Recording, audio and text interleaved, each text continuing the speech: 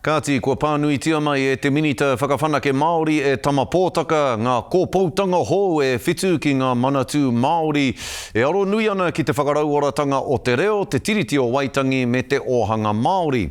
Tuatahi, kua kōpaua e ia a tākuta Terina Warren no Rangitāne ki te poari o te mātāwai mō ngā tau e toru.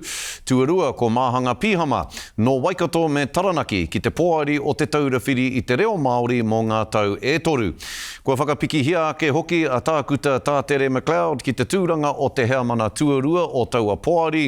Huri atu ki te māngai pāho e rua ngā kōpautanga a te minita, ara ko Reikura Kahi no Waikato me te Tairawhiti, hei toihau o te poari o te māngai pāho.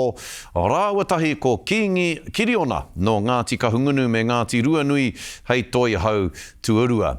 Kua kōpaua a Mark Gray no Tapuika me Tūhaurangi ki te tarahiti o Poutama mō ngā tau e rima he roia ia ko Juliet Tainui Hernandez te kōpautanga hou ki te taraipiunara o Waitangi mō ngā tau e toru.